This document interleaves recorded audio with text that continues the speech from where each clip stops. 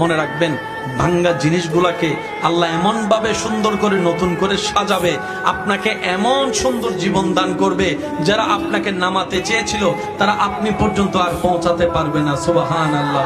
যারা আপনাকে টেনে ধরে নামাতে চেয়েছে তারা অনেক পিছনে পড়ে থাকবে, আপনি রবের রহমত নিয়ে অনেক দূরে এগিয়ে থাকবেন। মনে রাখবেন, শুধু একটু সয়ে যাবেন, একটু ধৈর্য ধরে থাকবেন, একটু সহ্য করে চুপ করে থাকবেন। যত সইবেন তত পাইবেন, যত সইবেন তত পাইবেন। কোনো আফসোস নাই, কোনো আপত্তি নাই, কোনো হা হতাশ নাই। রবকে শুধু এতটুকু বলবেন, যখনই মন খারাপ হবে সিজদায় মাথাটা ঝুঁকিয়ে, ইয়া রব, আমি যা পেয়েছি কোনো কিছু পাওয়ার যোগ্যতা আমার কাছেই নেই, সব তুমি দয়া করে দান করেছো, সব তুমি দয়া করে দান করেছো। একটা জিনিস পাওয়ার যোগ্যতা আমার নাই, এই চোখ পাওয়ার মতো যোগ্যতা আমার কাছে নেই, এই কান শোনার মতো কান আমার কাছে নেই। আল্লাহ, কোনো কিছুরই পাওয়ার যোগ্যতা নেই, তুমি দয়া করে দেখার জন্য দুইটা চোখ দিয়েছো, তোমার দরবারে শুকরিয়া। সুবহানাল্লাহ।